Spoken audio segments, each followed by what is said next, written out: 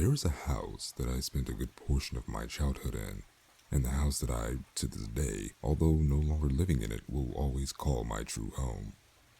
I have many fond childhood memories in that house, and it's where our family lived the longest.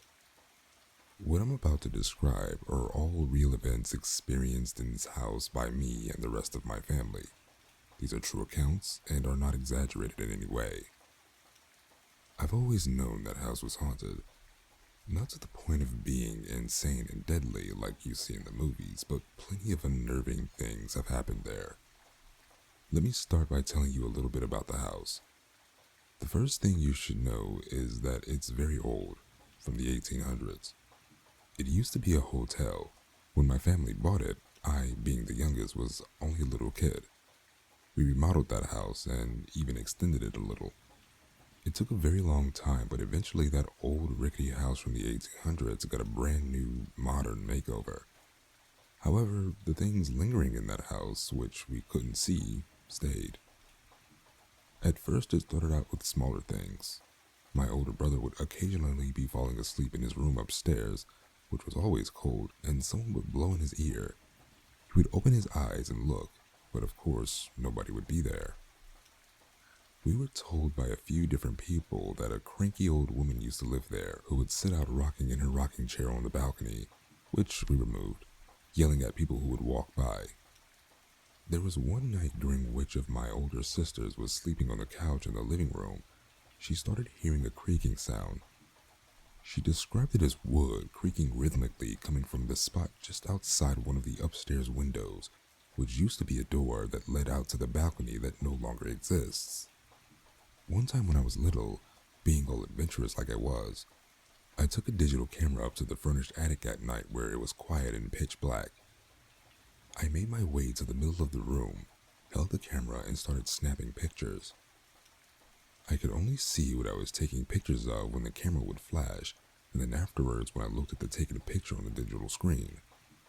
I eventually saw in one of the pictures I had taken while I was facing a wall, a small black spot in the middle of the screen. I took another picture pointing the same way, and saw that the spot was still there, but had grown. To me, it looked like some sort of portal to nothingness, a small void of blackness in the room, something that sucked up the light of the flash and didn't reflect any back. As I took more and more pictures of it, it got bigger and bigger until it was almost covering the entire camera lens. Just blackness. It then occurred to me that rather than growing, this black mass actually seemed to be getting closer and closer to the camera lens. I don't remember anything past that point. I must have run downstairs. Things started getting more physical. I was once in the shower when the water suddenly got cold, and I looked back to find that the knob had been turned significantly behind my back. At night when alone, we each began to hear loud footsteps above us in the biggest room on the second floor. You would only ever hear them if you were alone, or were the only one awake. Once they were so heavy it sounded like there was an elephant or something up there, and the ceiling creaked so loud that I half expected it to cave in on me. My sisters shared that room for a long time. Eventually one of them moved out. Only one remained in it. When she was walking around up there, you could hear her footsteps clearly. The only problem was, I would also hear those footsteps walking around when she wasn't home. Sometimes I was home alone. My mom was awakened one night when my friend was sleeping over to loud footsteps running up and down the stairs. According to her, it sounded like more than one person and was practically a stampede. She jumped out of bed, angry at us for being up so late causing such a racket, opened her bedroom door into the room where you could see the bottom of the stairs, but there was only dead silence and darkness. Everything was still. She thought we must have run upstairs and she just missed us. So she went up the stairs and opened the door to the room we were sleeping in, which was my sister's old room, now vacant after they had both moved out. But we were sound asleep. She thought maybe we were faking it and inspected us closer and realized that no, we were clearly out cold and had been that way for quite a while.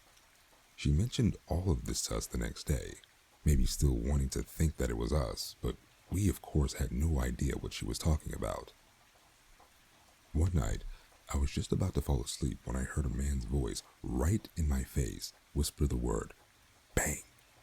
It pulled me out of my sleep, making my eyes shoot open and look around the dark room to find nothing. After a minute, still being tired, I brushed it off and closed my eyes again. I started to drift back asleep when the voice once again quietly whispered, bang, right in my face. I opened my eyes again to once again find nothing. This happened a total of 3 times before I was finally able to fall asleep. So many things happened in that house, but after so many years of constant activity, you get used to it, and things that used to frighten you begin to simply annoy you. Sometimes, if you were alone and there was a persistent noise being made where no other person was, like the squeezing and popping sound of plastic water bottles in the kitchen, you could simply look in that direction and say, stop it, and sometimes it would just stop. We were eventually able to get the things that were dwelling in that house out, and the activity, after years of persistence, stopped altogether. As I said earlier, I still consider that house my one and only true home, and I always will. I spent years growing up there as a child with my family and 2 of my close friends, as well as family friends. Despite the occasional paranormal activity, I have many good memories of that place. It is where my mind will always wander back to whenever I think home.